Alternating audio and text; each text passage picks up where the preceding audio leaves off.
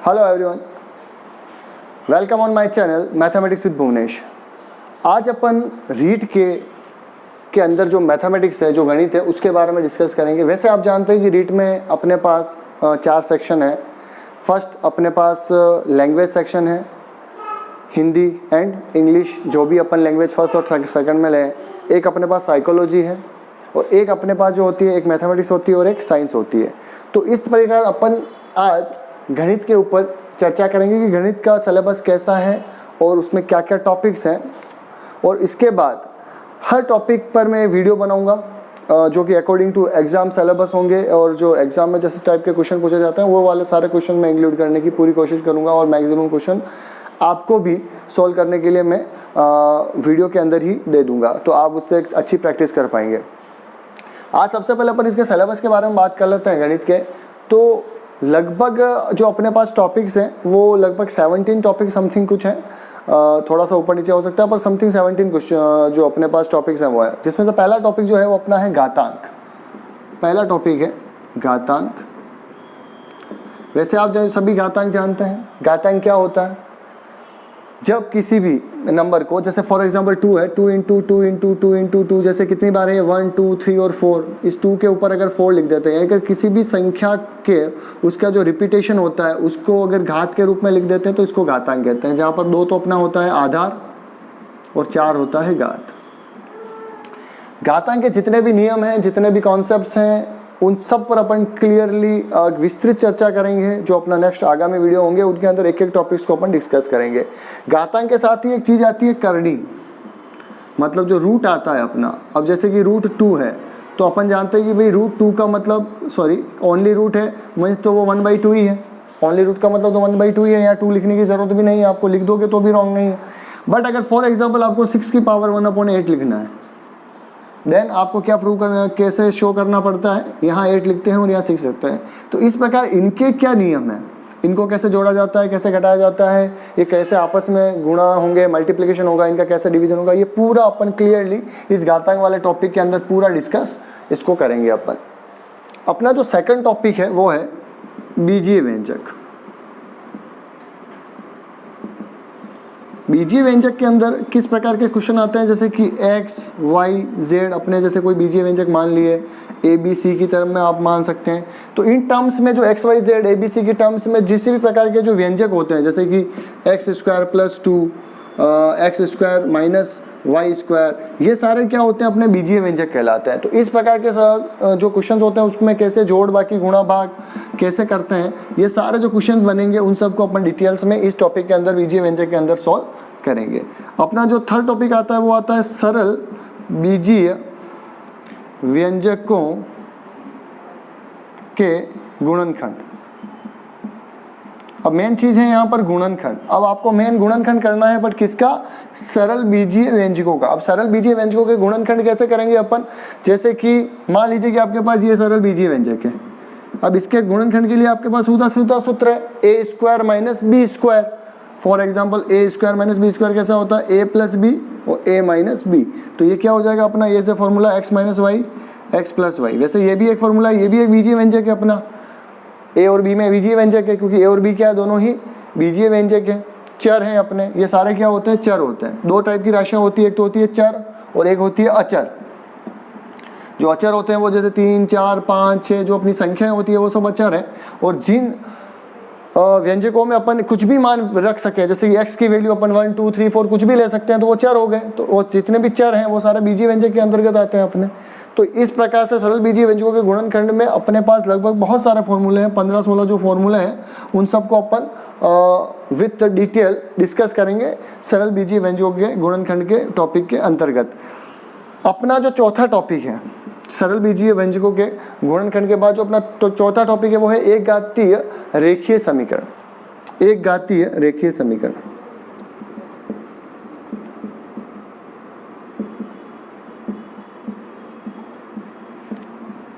एक घातीय रेखीय समीकरण में देखिए, आप ध्यान से देखेंगे तो एक घातीय जिसमें घात 1 हो, इन सब के ऊपर जैसे x की घात यहाँ कितनी है? 2 है, यहाँ कितनी है? 2 है, पर यहाँ कितनी है? 2 पर। यहाँ पर आप देखेंगे तो x की घात 1 ही है, जिस पर कुछ भी नहीं लिखा हुआ है, मतलब घात 1। तो एक घातीय रेखीय समीकरण। तो इस टाइप का होगा आपका ax plus B Y plus C बराबर 0। ये आपका एक घातीय रेखीय समीकरण। अगर आपको दो समीकरण देते हैं रेखीय समीकरण और फिर कहें कि इनके मूलों की प्रकृति बताइए, तो आप कैसे बताएंगे? मान लीजिए कि दो हैं आपके पास, ये 1 1 और 1, एक है आपके पास a2x b2y plus c2 equal to 0। आपके पास दो रेखीय समीकरण है। अब इनकी प्रकृति कैसे बताएंगे आप? कि अगर आप x के इनके गुणांकों को ले लें, b के भी गुणांकों को ले लें और c के भी गुणांकों को लेके भाग दे दें। अगर a1 upon a2 is not equal to b1 upon b2 आ जाए तो फिर इसको देखने की जरूरत ही नहीं है आपको। तो आपके जो हल होंगे उस कंडीशन में अद्वितीय होते हैं। क्या होते हैं? अद्वितीय हल होते हैं और भिन्न भिन्न भी होते हैं। बट अगर आपने a1 अपॉन a2 लिया और b1 अपॉन b2 लिया और c1 अपॉन c2 लिया और तीनों ही क्या आ गए? आपके बराबर आ गए, तीनों ही बराबर आ गए। इसका मतलब क्या हो गया? आपके दोनों ही लाइनें सेम ही हैं। इसका मतलब अपरिमित रूप से अनंत हल होंगे।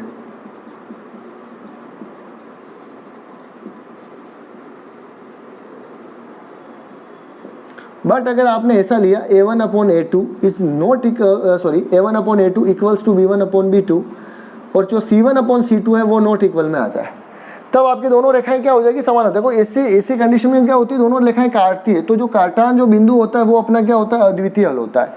इस कंडीशन में क्या होता है? दोनों रेखाएं ओवरलैप होती है, एक के ऊपर ही एक लाइन होती है, उससे क्या होता है? आपके पास अपरिमित रूप से अनंत हल प्राप्त होते हैं आपको। और तीसरी कंडीशन में क्या होता है कि दोनों रेखाएं समानांतर होती है। क्या होती है? समानांतर। तो आपको कोई हल प्राप्त नहीं होता है।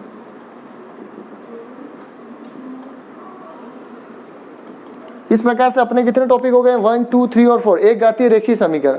और उसके बाद जो अपना टॉपिक आता है वो आता है वर्गमूल एवं घनमूल। अपना जो पांचवा टॉपिक है वो है वर्गमूल एवं घनमूल।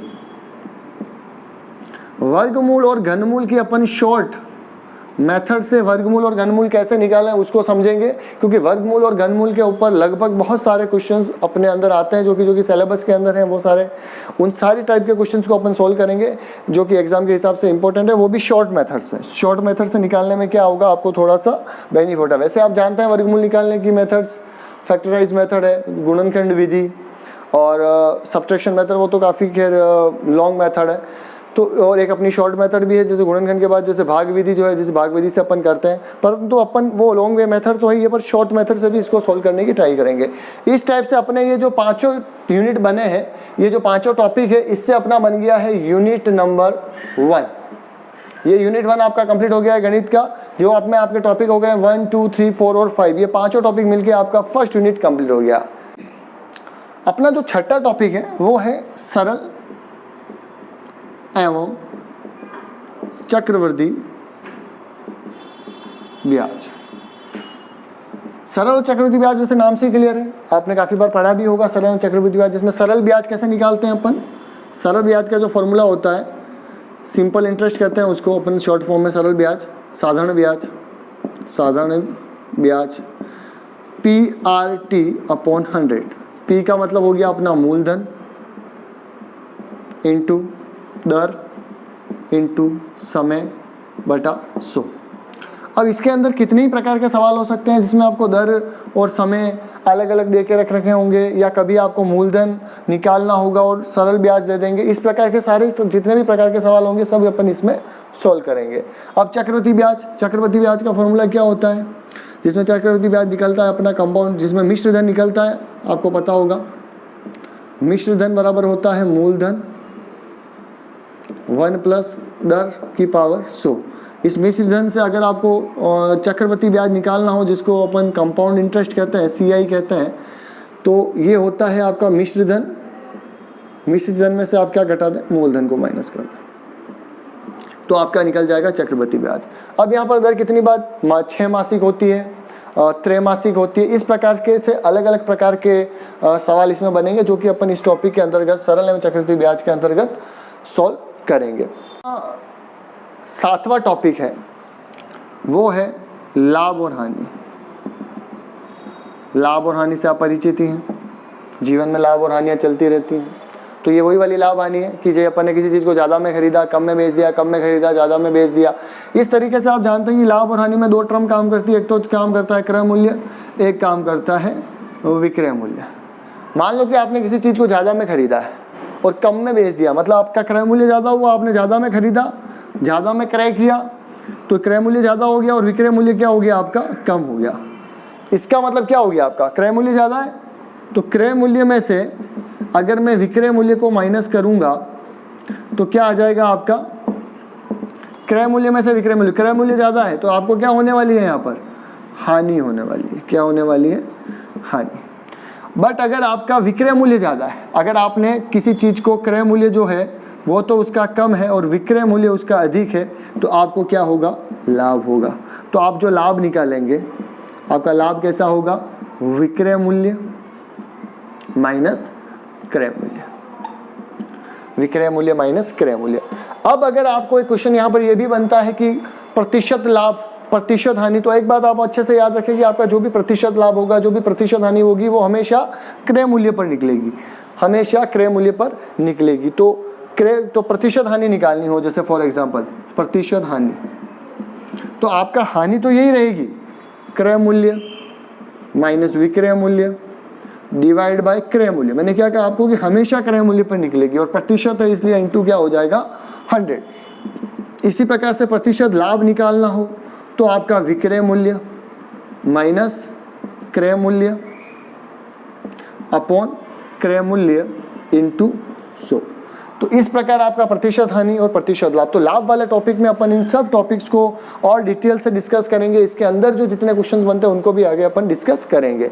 अपना जो नेक्स्ट टॉपिक है वो है अनुपात एवं समानुपात, अनुपात एवं समानुपात।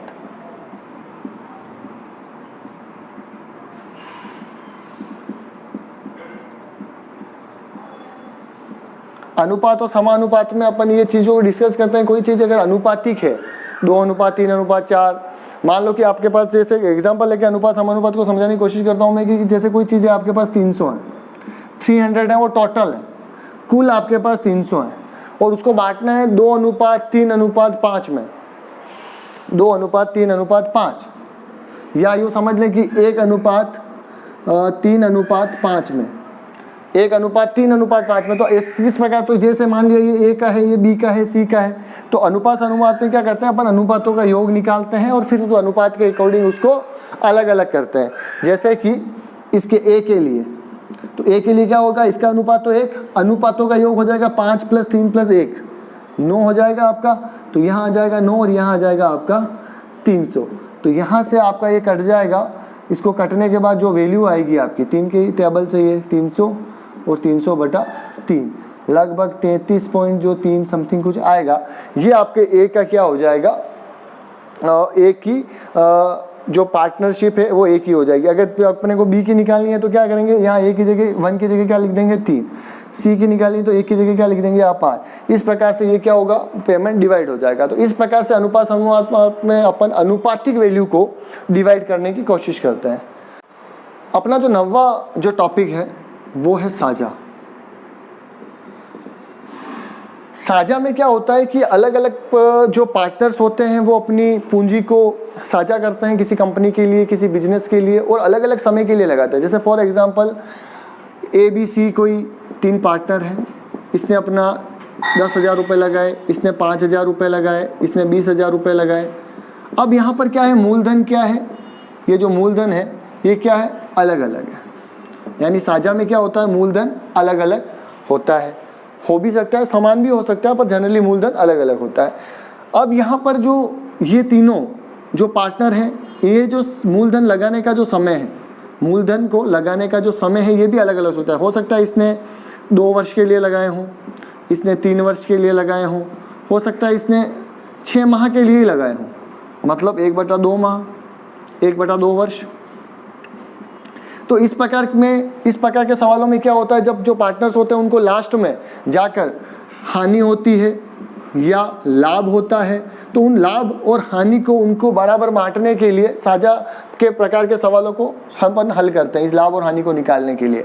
तो साझा के अंदर अपन क्या करेंगे, अलग अलग पार्टनर्स की जो वैल्यूज होगी उनको इस प्रकार के सवालों को हल करेंगे। अपना जो नेक्स्ट टॉपिक आता है वो आता है प्रतिशतता। प्रतिशतता में बहुत ही सिंपल कॉन्सेप्ट है, किसी भी चीज को 100 पर निकालना, किसी भी चीज को 100 पर निकालना ही क्या है, प्रतिशतता। मतलब 100 के रेस्पेक्ट में वो कितनी है, इसी को क्या कहते हैं अपन, प्रतिशतता कहते हैं। अब प्रतिशतता बहुत प्रकार से निकाली जा सकती है, जैसे कि 2/5 का अगर प्रतिशत निकालना हो आपको, जैसे 2/5, तो 2/5 को जिसका भी प्रतिशत निकालना होता है उसको आप 100 से गुणा करते हैं। क्या करते हैं, 100 से गुणा। और जो ऑलरेडी प्रतिशत में है, जो ऑलरेडी प्रतिशत में है, उसे प्रतिशत का ये जो चिन्ह है उसको हटा दें, हटाकर 100 से भाग दे दें।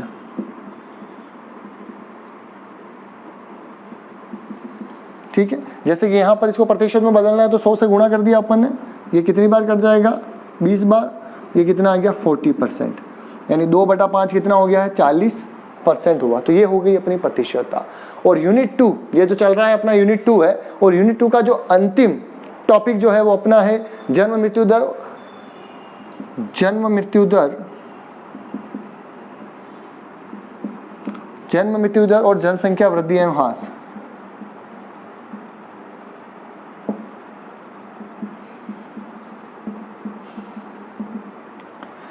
जन्म और मृत्यु दर और जनसंख्या वृद्धि और ह्रास, ये टॉपिक बिल्कुल सेम टू सेम मैं कहूंगा आपको कि जो चक्रवर्ती ब्याज वाला जो कॉन्सेप्ट है वो ही है ये। जन्म मृत्यु दर और जनसंख्या वृद्धि और लगभग चक्रवर्ती ब्याज वाले जितने भी सूत्र हैं उन्हीं के ऊपर चलता है। जब अपन सवाल करेंगे तो आपको बिल्कुल क्लियरली पता चलेगा कि यहाँ पर वही सूत्र काम करेंगे जो चक्रवर्ती ब्याज वाले जो टॉपिक में अपन ने यूज किए थे उसमें हुए थे। इस प्रकार से अपना इस topic number 11 per unit 2 finish होता है मैथमेटिक्स का। यूनिट 2 यहाँ पर आकर अपना फिनिश। यूनिट 3 की बात करते हैं अब अपन। मैथमेटिक्स में जो यूनिट 3 है, यूनिट 3 के अंदर अपने पास जो पहला टॉपिक है, टॉपिक नंबर जो 12 चल रहा है, वो है अपने पास रेखा एवं कोण। रेखा एवं कोण के अंदर आप जानते ही हैं रेखाओं के प्रकार, जैसे कि रेखाखंड, सरल रेखा, वक्रीय रेखा, और कोण में कोणों के प्रकार। कोण में अपन क्या करेंगे, कोणों के प्रकारों के पर बात करेंगे। कोणों के प्रकार कितने कितने प्रकार के होते हैं, जैसे कि न्यून कोण, अधिक कोण, वृहत कोण, सरल कोण। इस प्रकार के सभी प्रकार के कोणों का डिस्कशन अपन कोणों के प्रकार में करेंगे। उन कोणों को किस प्रकार ज्ञात करते हैं, कोणों को किस प्रकार, जैसे कि फॉर एग्जांपल कोई लाइन है वो इसको काट रही है, तो ये प्रकार का कौन सा कोण है, ये और ये कौन सा कोण है, इनमें क्या संबंध है, ये सारे संबंध अपन कोणों के प्रकार वाले टॉपिक्स में डिस्कस करेंगे। इसके बाद जो अपना टॉपिक आता है वो आता है समतल आकृतियां तथा समतल आकृतियों का क्षेत्रफल। समतल आकृतियां, समतलीय भी लिख सकते हैं अपन, समतलीय आकृतियां व इनका क्षेत्रफल। मैं आपको बता दूं कि जो समतलीय आकृतियां होती है, समतलीय आकृतियों का मतलब होता है 2D। जो जितने भी अपने 2D जो आकृतियां होती है, 2 डायमेंशनल जो आकृतियां होती है, उनको सबको अपन क्या कहते हैं, समतलीय आकृतियां। जैसे फॉर एग्जांपल त्रिभुज हो गया, वृत्त हो गया, चतुर्भुज हो गया, ये सारी क्या है, अपनी समतलीय आकृतियां हैं। जिसमें त्रिभुज भी आपको पता है कितने प्रकार के होते हैं, समबाहु, विषमबाहु, समद्विबाहु। तो समबाहु में आप जानते हैं तीनों ही भुजाएं क्या होती है, बराबर होती है। विषम बाहु में आपकी तीनों भुजाएं अलग अलग होती है, और समद्विबाहु में 2 भुजाएं समान और तीसरी भुजा अलग होती है। इस प्रकार आप समबाहु, विषम बाहु, समद्विबाहु, त्रिभुज को पहचान सकते हैं। अब उनका अपने को क्षेत्रफल भी ज्ञात करना पड़ेगा। क्षेत्रफल ज्ञात करने की पता है कि आपको कितनी मेथड्स हैं। जैसे कि अगर आपको किसी त्रिभुज की हाइट पता है, आपको ऊंचाई पता है, तो ऊंचाई और आधार पता है, आधार और ऊंचाई अगर आपको पता है तो आप कौन सा फॉर्मूला लगाएंगे, 1/2 आधार इंटू ऊंचाई। परंतु अगर आपको तीनों भुजाएं ही पता हो, सिर्फ तीनों भुजाएं पता हो, तो आपको हीरोन्स का फॉर्मूला लगाना पड़ता है, और वो होता है S minus A, S minus B और S माइनस C। इस प्रकार से आप त्रिभुज का क्षेत्रफल निकालते हैं, जहां पर S आपका क्या होता है, अर्ध परिमाप होता है। S क्या होता है अपना, अर्ध परिमाप, जो कि वैल्यू यहाँ पर पुट करते हैं। इस प्रकार अपने त्रिभुज का क्षेत्रफल निकालते हैं। वृत्त का क्षेत्रफल, वृत्त आप जानते ही हैं, वृत्त ऐसा होता है जिसमें ये होता है अपनी त्रिज्या, और इसका क्षेत्रफल होता है πr² और परिधि होती है 2πr। चतुर्भुज, चतुर्भुज कितने प्रकार के होते हैं? लगभग मैं आपको 2 प्रकार यहाँ बता देता हूँ, जैसे कि समांतर चतुर्भुज, समलंब चतुर्भुज, एक समबाहु, एक सम चतुर्भुज और होता है जिसमें चारों भुजाएं समान होती है। समांतर चतुर्भुज किस प्रकार का होता है? जिसमें आमने सामने की भुजाएं समानांतर होती है, ये और ये भुजाएं समानांतर होती है। और समलंब चतुर्भुज इस प्रकार का होता है जिसमें आमने सामने का एक जोड़ा समानांतर होता है। इसमें दोनों जोड़े समानांतर होते हैं, सिर्फ इसमें सिर्फ एक जोड़ा समानांतर होता है। अब इनका क्षेत्रफल कैसे निकालते हैं, इसका क्षेत्रफल कैसे निकालते हैं? इस प्रकार अपन जो समतलीय आकृतियां हैं वो इनका जो क्षेत्रफल है, इस पूरे टॉपिक्स में त्रिभुज, वृत्त, चतुर्भुज, त्रिभुज की सर्वांग समता, जो त्रिभुज की जो सर्वांग समता है, इस वाले टॉपिक को भी अपन इसी में डिस्कस करेंगे। तो इस प्रकार से अपने टॉपिक नंबर 13 और 12 जो यूनिट 3 के हैं वो कंप्लीट होते हैं। अब नेक्स्ट टॉपिक बात करते हैं यूनिट 3 के ही नेक्स्ट टॉपिक की बात करते हैं। जो टॉपिक नंबर 15 है वो है पृष्ठीय क्षेत्रफल व आयतन।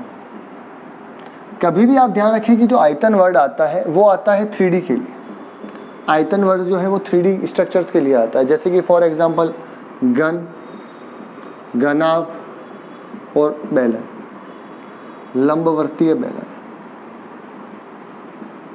लंबवर्तीय बेलन। तो घन कैसा होता है? जैसा कि आप जानते हैं कि एक डिब्बा जो होता है अपना, एक डिब्बे जैसा घन होता है जिसमें तीनों ही भुजाएं क्या होती है? समान होती है। घनाभ कैसा होता है? जिसमें तीनों ही भुजाएं क्या होती है? अलग अलग होती है। होता तो ये भी डिब्बे जैसा ही, ए, बी और सी। ये होता है आपका आधार होता है ये पूरा, और ये होती है ऊंचाई। इसमें भी ये आपकी ऊंचाई हो जाती है और ये हो जाता है आपका आधार। इसके बारे में अपन पूरा विस्तृत, इसका जो जब टॉपिक आएगा घन का, घनाभ का, बेलन का, तो मैं आपको पूरा विस्तृत डिटेल बताऊंगा कि इसके जो हर एक सूत्र है वो हर एक सूत्र आखिर निकला कैसे। अगर वो डिटेल्स आपको पता होगी तो किसी भी क्वेश्चन को करने में आपको इस टॉपिक से कोई भी दिक्कत नहीं आएगी। यहाँ होता है अपना बेलन, ये बेलन है अपना, और ये उसकी ऊंचाई हो गई h, और ये उसकी रेडियस हो गई r, ये त्रिज्या r हो गई। अब यहाँ पर घनाभ का क्या होता है? पृष्ठीय क्षेत्रफल। घनाभ का जो संपूर्ण पृष्ठीय क्षेत्रफल होता है वो क्या होता है आपका? 6a²। अब ये 6a² आया कहाँ से? ये वैसे तो डिटेल्स में आपको जब इसका वीडियो आएगा तब बताऊंगा। मैं हल्का सा हिंट दे दूं आपको कि आप देखेंगे कि यहाँ पर 6 फलक होते हैं। इसके घनाभ के कितने फलक होते हैं? 6 फलक होते हैं, और हर फलक एक वर्ग है, हर फलक एक वर्ग है। ये वर्ग क्या है आपका? 2D वाला टॉपिक्स में जो वर्ग रहा ये वर्ग है, और एक आयत होता है, ये भी 2D। आयत और वर्ग भी किस में आते हैं? 2D वाले में आते हैं। तो वर्ग का क्षेत्रफल क्या होता है आप जानते हैं? a² होता है, भुजा इंटू भुजा। तो यहाँ पर कितने हो गए? 6 फलक हो गए, इसलिए 6 इंटू भुजा स्क्वायर। तो संपूर्ण पृष्ठीय क्षेत्रफल क्या हो गया घन का? 6a²। आयतन की बात तभी होती है जब किसी भी आकृति में अगर अपन कुछ भर सकते हैं तो वहाँ आयतन निकलता है। यहाँ पर 3D टेक्सचर्स है, इसमें कुछ भी भरा जा सकता है, इसलिए आयतन का कॉन्सेप्ट आएगा। अब यहाँ पर आयतन क्या होता है? आयतन का एक सिंपल सा फॉर्मूला बता दूं। अगर आधार का जो क्षेत्रफल होता है, आधार का क्षेत्रफल, नीचे का जो आधार है, आधार का जो क्षेत्रफल होता है, उसमें अगर ऊंचाई का गुणा कर दें तो किसी भी आकृति का आयतन आ जाएगा। आधार के क्षेत्रफल में ऊंचाई का गुणा कर दें तो आयतन आ जाता है इन सब आकृतियों में। तो आधार का क्षेत्रफल क्या उतना हो गया? a², ऊंचाई भी हो गई है, तो आपका आयतन कितना आ गया? a³ आ गया। सेम टू सेम कॉन्सेप्ट अपने घनाभ के लिए काम आएगा। घनाभ का संपूर्ण पृष्ठीय क्षेत्रफल कितना हो जाएगा? आप देखिएगा कि यहाँ पर 2 फलक समान है, ये आमने सामने के समान, ऊपर नीचे के समान और साइडों के समान। तो कितना हो जाएगा? 2 तो समान, इसलिए 2 आ जाएगा। फिर सब आयत हैं, इसलिए लंबाई इंटू चौड़ाई, a into B, b into C और c इंटू ए। लंबाई इंटू चौड़ाई, लंबाई इंटू चौड़ाई और लंबाई इंटू चौड़ाई, ये लंबाई इंटू चौड़ाई, वापिस लंबाई इंटू चौड़ाई और लंबाई इंटू चौड़ाई। ये हो गया उसका संपूर्ण पृष्ठीय क्षेत्रफल। आयतन की बात करें घनाभ के तो वही आधार का क्षेत्रफल a इंटू बी, और फिर ऊंचाई, ऊंचाई हो गई c, तो a into B C, a into B into C क्या हो गया? इसका आयतन हो गया। अब अपन बात करते हैं लंबवर्तीय बेलन की। लंबवर्तीय बेलन में आप देखेंगे कि आपके पास 3 पार्ट होते हैं, ऊपर का वृत्त, नीचे का वृत्त और आपका पास वक्रीय पृष्ठ। तो ऊपर का एक वृत्त है और वृत्त का क्षेत्रफल अभी आपको मैंने बताया πr² होता है, तो नीचे भी क्या हो जाएगा? πr²। और जो वक्र पृष्ठीय क्षेत्रफल है, वक्रीय जो पृष्ठ है, जो वक्र पृष्ठीय क्षेत्रफल है आपका, वक्र पृष्ठीय जो क्षेत्रफल है वो होता है आपका 2πrh। क्या होता है आपको डायरेक्टली याद रखना है 2 पाई आर एच। वैसे ये कैसे आया ये भी मैं आपको जब इसका वीडियो आएगा तब डिटेल्स में बता दूंगा, क्योंकि जब अपन वायलिन को काटते हैं तो वो एक आयत का रूप ले लेता है, फिर ये हो जाता है लंबाई इंटू चौड़ाई। तो ये तो हो गई आपकी लंबाई और ये हो गई आपकी चौड़ाई, तो लंबाई इंटू चौड़ाई से क्या होता था 2 पाई आर एच हो जाता है। और अगर मैं घना बेलन के संपूर्ण पृष्ठीय क्षेत्रफल की बात करूं, संपूर्ण पृष्ठीय क्षेत्रफल की बात करूंगा तो आपको इसको भी ऐड करना है, इसको भी जोड़ना है और इसको भी जोड़ना है, तीनों को जोड़ना है, मतलब पाई आर स्क्वायर और पाई आर स्क्वायर, ये और ये प्लस हो गए, प्लस ये हो गया आपका 2 पाई आर एच। तो pi R square plus pi R square हो गया 2 पाई आर स्क्वायर और ये हो गया 2 पाई आर एच। तो अगर मैं इसमें से 2 पाई आर कॉमन ले लूँ तो 2 पाई आर एच प्लस आर, ये होता है आपका संपूर्ण पृष्ठीय क्षेत्रफल किसका होता है, बेलन का। तो इस प्रकार ये है सूत्र बेलन का वक्र पृष्ठीय क्षेत्रफल का। यहाँ पर अब लास्ट जो बात करनी है वो है अपने आयतन की, और मैं आपको बहुत अच्छे से बता चुका हूँ कि आयतन क्या होता है। आधार का क्षेत्रफल को अगर ऊंचाई से गुणा कर दें तो क्या निकल जाता है, आयतन निकल जाता है। तो आधार का क्षेत्रफल, आधार पे क्या एक वृत्त है, आधार का क्षेत्रफल हो गया पाई आर स्क्वायर और ऊंचाई हो गई आपकी एच, तो 2 पाई आर एच जो होता है वो क्या होता है, आयतन होता है बेलन का। तो इस प्रकार से ये जो तीनों थी वक्री पृष्ठीय क्षेत्र में, आयतन में घन, घनाभ और बेलन अपन ने पढ़ा। वैसे कि 3D की बात करें तो और भी होते हैं, जैसे कि शंकु होता है आपका, वो भी कैसा होता है आपका 3D ही होता है, ठीक है। अब अपन इस प्रकार ये देखा जाए तो अपना यूनिट नंबर जो 3rd है ये यहाँ पर अपना फिनिश हो जाता है। अब अपन बात करते हैं यूनिट 4 की। यूनिट 4 में अपना जो टॉपिक है वो है 16वां टॉपिक और वो है सांख्यिकी। सांख्यिकी से आप बहुत अच्छी तरह से परिचित हैं। सांख्यिकी में अपन क्या क्या निकालेंगे, माध्य, माध्यक और बहुलक। माध्य, माध्यक और बहुलक से बहुत ही इजी क्वेश्चंस आते हैं आपको। इसमें इनका जो आंकड़ों का जो वर्गीकरण होता है, वो जो टैली मार्क्स होते हैं अपन, जो बारंबारता होती है, बारंबारता निकालनी वगैरह, ये सब अपनी सांख्यिकी कॉन्सेप्ट में पढ़ेंगे। इन सब को अपन एक एक करके डिटेल्स में जब टॉपिक स्टार्ट होगा माध्य, माध्यक और बहुलक को डिटेल्स में पढ़ेंगे। वैसे इन शॉर्ट में आपको बता दूं कि माध्य क्या होता है, राशियों का योग बेटा, राशियों की संख्या, जितनी भी राशियां दे रखी है सबको जोड़ लो, उनको गिन लो, डिवाइड कर लो, तो वो क्या निकल जाता है, माध्य निकल जाता है। बहुलक कैसे निकलता है, नाम से ही क्लियर है, बहुलक, जो बहुत बार हो, जो बहुत बार हो वो क्या है, अपना बहुलक है, जो बहुत बार हो वो बहुलक। और माध्यक क्या होता है, माध्यक सम और विषम पर निर्भर करता है। अगर राशियां सम है और अगर विषम है तो दोनों के लिए ही फॉर्मूले क्या होते हैं, अलग अलग होते हैं। इसमें आपको क्या करना है, आरोही या अवरोही क्रम लेना पड़ता है। उसके बाद अगर सम होता है तो सीधा n/2वीं टर्म आपकी क्या होती है, माध्यक होता है, और अगर विषम होता है तो n+1/2वीं टर्म आपकी क्या होती है, माध्यक। अब यहाँ पर n/2 जब सम में लेते हैं तो यहाँ पर ये जो माध्यक में आपको n/2+1 मतलब एक आगे वाली भी जोड़कर डिवाइड/2 करना पड़ता है।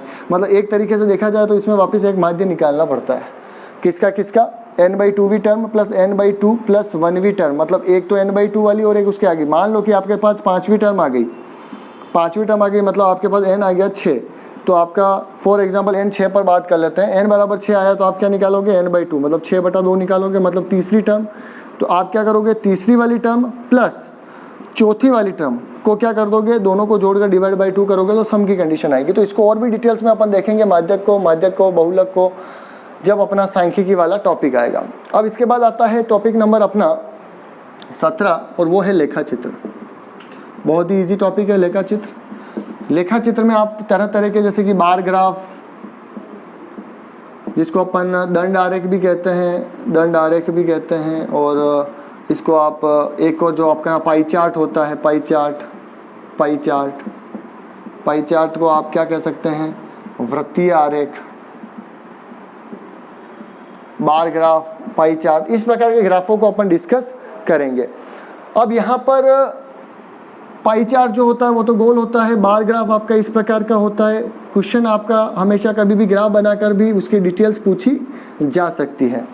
और जो पाई चार्ट होता है उसमें सर्कल में आपको क्या है, डिग्रियाँ निकालनी होती है, जैसे 90 और यहाँ पर 60, और आपको टोटलिंग दे दी कि भाई 360 है, इसको आपको डिग्रीज में कन्वर्ट करो, या डिग्रीज दे दिया है उसको, जैसे 590 टोटल कोई चीज़ है तो उसको वापस डिग्रीज में लो। इस प्रकार से इसमें दो टाइप के क्वेश्चन हो जाते हैं। दो टाइप के कौन से होते हैं, एक तो टेबल दे देते हैं और आपको पाई चार्ट बनाने के लिए कहे, या फिर आपको पाई चार्ट दे दे और टेबल बनाने के लिए कहे। तो दो टाइप के क्वेश्चंस इसमें अपने सॉल्व होते हैं। इस तरह से अपना यूनिट नंबर 4 कंप्लीट होता है। अब अपन बात करते हैं अपने यूनिट नंबर 5 और यूनिट नंबर 6 की। यहाँ पर देखा जाए तो यूनिट नंबर 4 तक अपना मैथमेटिकल पार्ट खत्म हो गया था। अब बात आती है गणित। अब तक अपन ने ये सीखा कि गणित क्या है।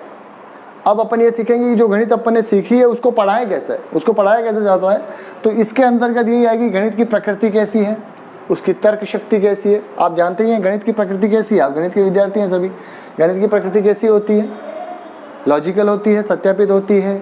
हर एक चीज़ के पीछे कोई न कोई उसमें लॉजिक होता है अपने पास। पाठ्यक्रम में गणित की जो महत्ता है वो क्या है, गणित क्यों आवश्यक है पाठ्यक्रम के अंदर। गणित की भाषा कैसी है, गणित की भाषा आप जानते हैं बिल्कुल शुद्ध है, तार्किक है, तार्किक प्रकृति होती है गणित की।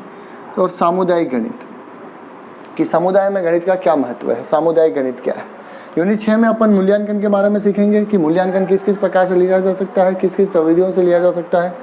आजकल जो मूल्यांकन चल रहा है अपना सतत और समग्र मूल्यांकन, तो उसके अंतर्गत भी सीसीई के अंतर्गत भी मूल्यांकन को समझेंगे। उपचारात्मक शिक्षण और शिक्षण की समस्याएं कि भाई शिक्षण करते वक्त क्या क्या समस्याएं आ सकती है, उसका पूरा डिटेल्स में अपन पढ़ेंगे कि क्या क्या समस्या हो सकती है। बालक की क्या समस्या हो सकती है, विद्यालय की क्या समस्या हो सकती है, शिक्षक की क्या समस्या हो सकती है, सभी प्रकार की समस्याओं पर इस पर चर्चा करेंगे। एक आता है अपना उपचारात्मक शिक्षण। तो उपचारात्मक शिक्षण के अंतर्गत ही एक टॉपिक आता है निदानात्मक शिक्षण। निदानात्मक, ये दोनों ही वर्ड बहुत कॉमन है कि निदान किसको कहते हैं, किसी भी चीज़ की जांच करना। अगर आप किसी भी चीज़ की जांच कर लेते हैं तो ही उसका उपचार संभव है। तो निदानात्मक शिक्षण किसको कहते हैं, जांचना, किसी भी चीज़ की जांच करना, परख करना कि भाई इसमें क्या प्रॉब्लम है, फिर उस प्रॉब्लम को सॉल्व करना उपचारात्मक शिक्षण के अंतर्गत आता है। जब इन टॉपिक्स को भी अपन लेंगे तब भी इसको समझने की अपन पूरी तरीके से कोशिश करेंगे और पूरा इस टॉपिक को क्लियर करेंगे। इस प्रकार मैंने आपको 1 से लगा के 6 तक सारे यूनिट पूरी तरीके से एक बार डिटेल्स में समझा दिए हैं। अब अपन इसमें हर एक यूनिट से एक एक टॉपिक को लेकर उसके ऊपर क्वेश्चन सॉल्व करेंगे, मैक्सिमम क्वेश्चंस को सॉल्व करने की कोशिश करेंगे और पूरा टॉपिक क्लियर करेंगे।